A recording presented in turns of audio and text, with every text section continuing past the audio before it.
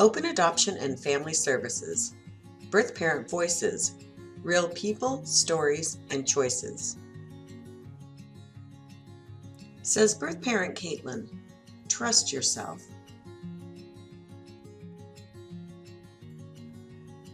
What motivated you to seek an open adoption?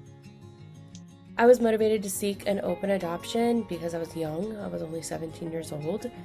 I wasn't comfortable parenting myself. I would have been a single mom with very little help, if any help at all, from the biological father. I grew up in a home with separated parents that experienced our own stresses and traumas, and I didn't want that for my child. I wanted him to go to a two-parent home that was ready and wanting and able to give him the best possible life that he could have. I chose open adoption instead of a closed adoption because I wanted to know what he was like growing up and have a relationship with him and just love him and make sure he never had any questions or concerns or ever thought that he wasn't wanted by his biological parent. I very much wanted him, but parenting was not in the cards for me at 17 years old. Why did you choose to work with Open Adoption and Family Services? I chose OAFS specifically because going through all the different open adoption agencies out there, they were the only one that I felt was truly open.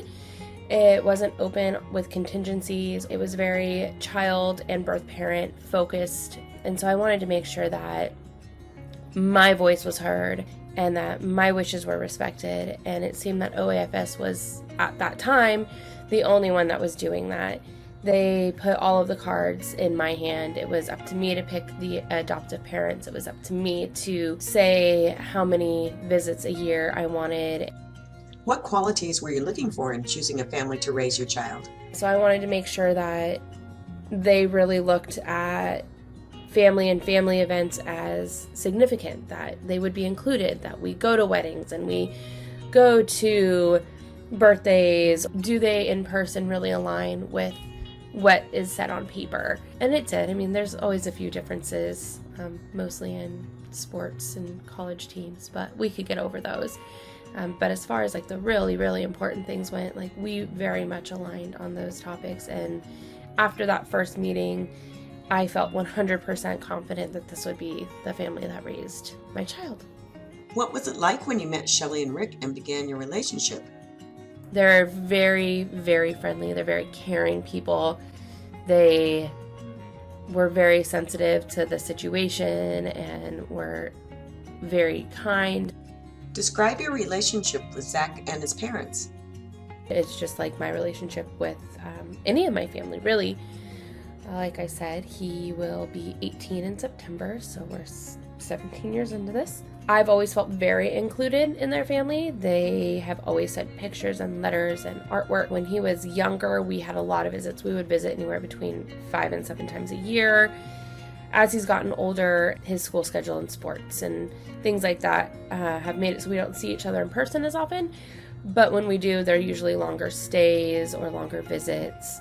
We now probably see each other 2 to 3 times a year in person and try to FaceTime at least once a week now, especially now that Zach has a little baby sister. He was the first person who we told when his little sister was born.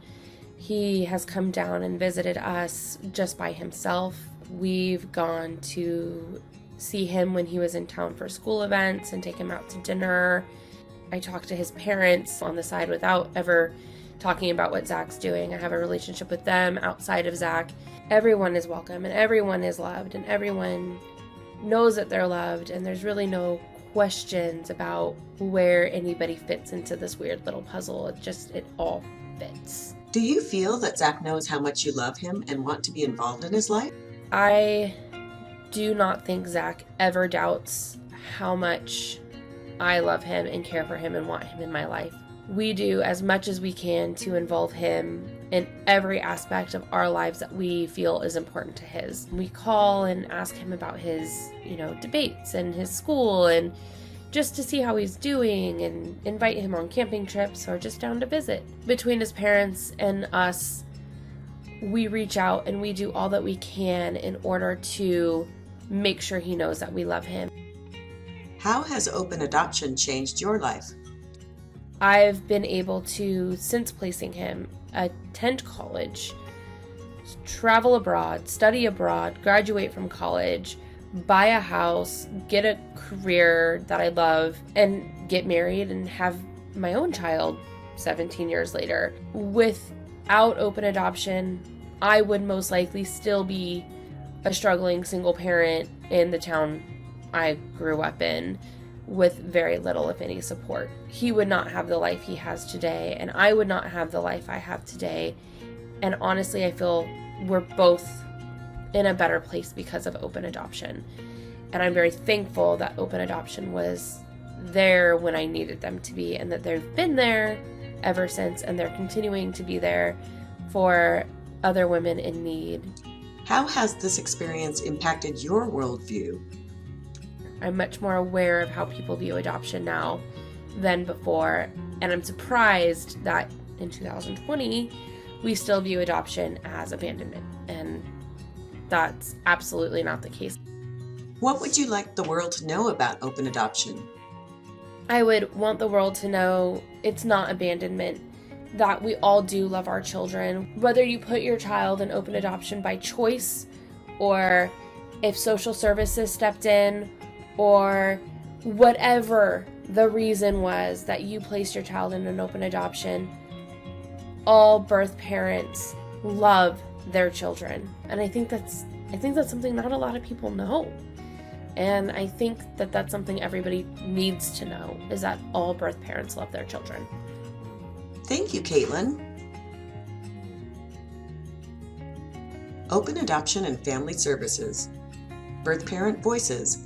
Real people, stories, and choices. Produced by Open Adoption and Family Services. Connect with us at 1-800-772-1115, openadopt.org.